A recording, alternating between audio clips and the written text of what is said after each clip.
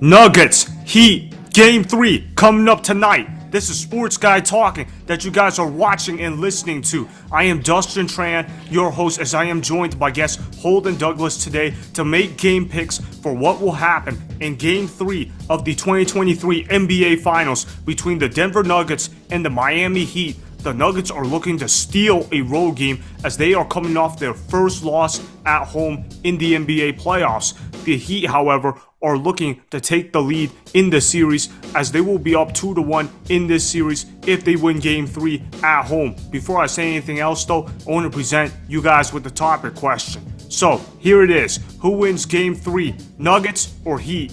It's going to be another close game. I think Miami's going to come into Game 3 with a lot of momentum, but I think the Nuggets are going to win. And I think in Game 2, Miami shot really well from the field, and I think it could happen again at the home court. But I expect Jamal Murray or even like a Michael Porter Jr. and Aaron Gordon, I expect at least someone else to step up and help Jokic in Game 3. Because in Game 3, like, of course, we knew Jokic was amazing, but everyone else was just mediocre. I expect Jamal Murray, I expect him to have a bigger game, and I think he's the biggest key in this series. So I think in this game, I think Denver knows they can't let this Miami team get too much momentum, as we've seen before in many series. Miami will win if they get too much momentum. So I think Denver, they're going to come out Game 3. I think Jamal Murray's going to get hot, and I think the Nuggets are going to win this game.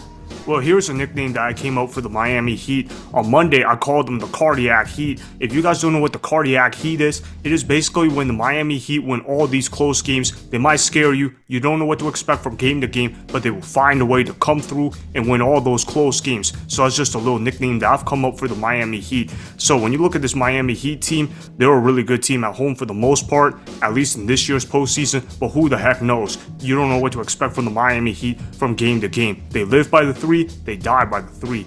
And in this series, they have played exactly to that point. In Game 1, they lost because they missed the wide open threes. In Game 2, they shot almost 50% from the three-point line, and they couldn't miss a three-point shot in the fourth quarter of Game 2. That was one of the main reasons why the Miami Heat won Game 2. But you look at this Denver Nuggets team, man, and you have to think at some point some of the role players are going to play better than what they're playing. There is no reason for Christian Braun to be outplaying Michael Porter Jr. in the NBA Finals if you're the Denver Nuggets. And no disrespect to Christian Braun, because he's actually a really good glue guy. He knows how to play great defense, but there is no reason for him to be playing harder than Michael Porter Jr. in the NBA Finals. He did not show up to the NBA Finals in Game 2. He put in no effort on the defensive end of the floor, and he has been shooting the ball pretty horribly from the offensive end of the floor. Michael Porter Jr. is just 3 of 17 from 3 in this series, and Michael Porter Jr. is supposed to be an efficient shooter that can shoot the 3 ball really well. So for him to shoot the ball as poorly as he has from the 3-point line, you have to think at some point he's going to go ahead and catch fire just to even out some of the percentages that he has been displaying in the NBA Finals so far because of how poorly Michael Porter Jr.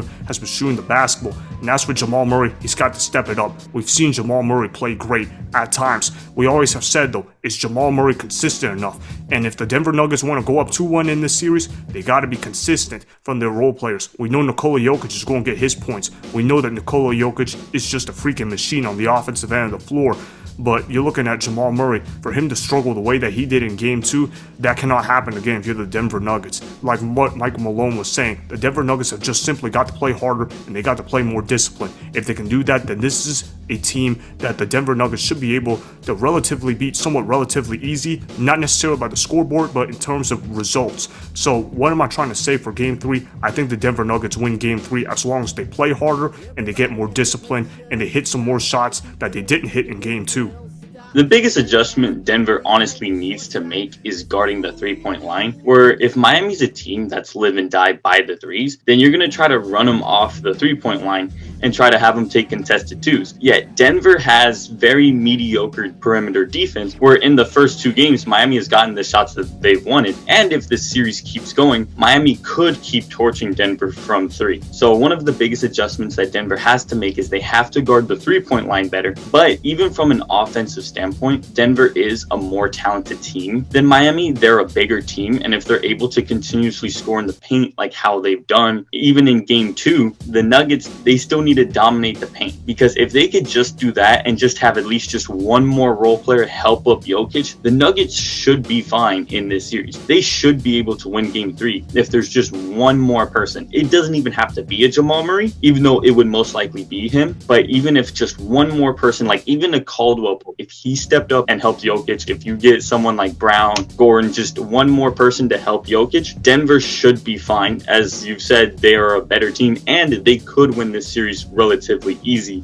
Well, let me go ahead and say this about Kentavious Caldwell-Pope, man. I've been really frustrated with this play in the NBA Finals because he's a former champion. He's a former teammate of LeBron. You would think that Kentavious Caldwell-Pope would know how to play championship caliber basketball, but it seems as if he's forgotten to play how to play championship caliber basketball in games 1 and 2, with the huge emphasis on game 2 because he fouled a three-point shooter not once, but twice. You know how hard it is to foul a three-point shooter in general? Not just like one time, but to do it 2 times, that is just mind-blowing. If you told me a rookie did that in the NBA Finals, I would say I would have a hard time believing that. But I would say, okay, I could possibly see it happening. Maybe he makes some dumb foul mistakes. But KCP is a veteran player that has been on a championship caliber team. Why is he fouling those guys out? That's why he got himself fouled out. Did you know that the Denver Nuggets right now got 2 guys in their starting lineup that is averaging less than 10 points per game? That cannot happen in the NBA Finals, man.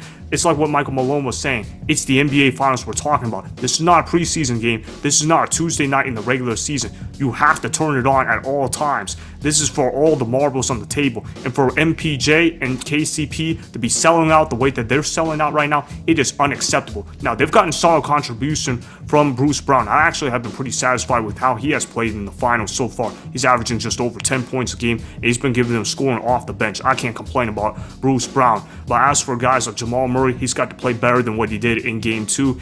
And Nikola Jokic, although he has been playing fantastic, he's been great on both ends of the floor. What I could say about Nikola Jokic is maybe he could improve his game by making Adebayo take some more contested jumpers, because he's been taking a lot of uncontested mid-range jumpers. So maybe Nikola Jokic could help out a little bit, because Bam Adebayo has been playing too well on the offensive end of the floor. Bam Adebayo is leading the Miami Heat in scoring. That should not happen. If you told me that Jimmy Butler was going to be the 3rd best scorer for the Miami Heat and the series would be tied at 1-1, I probably wouldn't have believed you if you did say that. So I just want to note that for the Denver Nuggets, they've got to make some adjustments. But if they make adjustments, if they play harder, if they out-rebound the Heat, they should be fine. I completely agree. And I like the point that you brought up Bam, because Bam has actually had a really good series and he's been the best player for the Heat. And as you point out, where he's getting a lot of uncontested mid-range shots, where Jokic is not the best defender. So what they're doing well is they're force-feeding Bam and he's getting all the shots that he wants. Where Denver, the way they can respond to that is if they have Aaron Gordon, if they can have a matchup with Bam at times, or at least like throw different looks. So it's not just Bam against Jokic, because you can't have anyone else besides Gordon guarding Bam, just because Bam, he's way too big. So what Denver needs to do is they need to mix up the defensive rotations, and they just need to play their best basketball, because when the Nuggets are at their best and when the Heat are at their best, the Nuggets are a better team. In game 3, I am not too worried about Denver, where in game 2 they only lost by 3 points and Miami had a ridiculous shooting night and they only got one good performance from Jokic and not much elsewhere. So I'm not too worried for the Nuggets. I think they're the better team and I think they're going to take the series lead back. But Miami is a team, they found some stuff and they could use it to their advantage. Well, as to your point about what you said about putting Aaron Gordon on Bam Adebayo, I actually have a problem with that statement, because if you put Aaron Gordon on Bam Adebayo, who's going to guard Jimmy Butler effectively? Because the Nuggets' best perimeter defender is Aaron Gordon. If you put Jamal Murray on Jimmy Butler, although Jamal Murray could be a solid defender, you don't necessarily want him wasting his energy on the defensive end of the floor, because you need to use him for the offensive end of the floor. But let me just go ahead and say this though, the Denver Nuggets, they just need to make their adjustments and they need to play smart basketball. If they can do that, then this is a game that they should win in Miami. What do you think the score is going to be for game 3? I have the Nuggets winning 114-109. I think it's going to be a close game, but I think the Nuggets, I think they're going to come out. I think they're going to dominate the paint. I think Murray's going to have a close game, so I got the Nuggets winning by 5. Well, I've been pretty consistent about what I've said about this year's NBA Finals. I've been talking about how all of these games are going to be very close, and I think this is going to be another very close game. I think it's going to be a back and forth game. I think this game is going to come down to the wire. It might even give some people heart attacks, at least for the people that are watching the NBA Finals anyway. But I think the Denver Nuggets are going to win this game by 4 points. They'll win this game by the score of 106-102. Jamal Murray hits some late shots late in Game 3 as the Nuggets will end up taking a 2-1 series lead heading into Game 4. That's what I got happening. Alright, well, thanks for being on the show, Holden. Appreciate you coming on here. Alright, make sure you follow his Instagram accounts. He's got 2 of them. The first one is at Holden_great, while the other one that he has is at sports.analyze. Make sure you guys go ahead and follow him on both of those accounts. Again, thanks for being on the show, man. Yeah, thanks for having me, man. Catch you next time. Oh yeah, definitely, man. Alright, see ya, bro. Peace.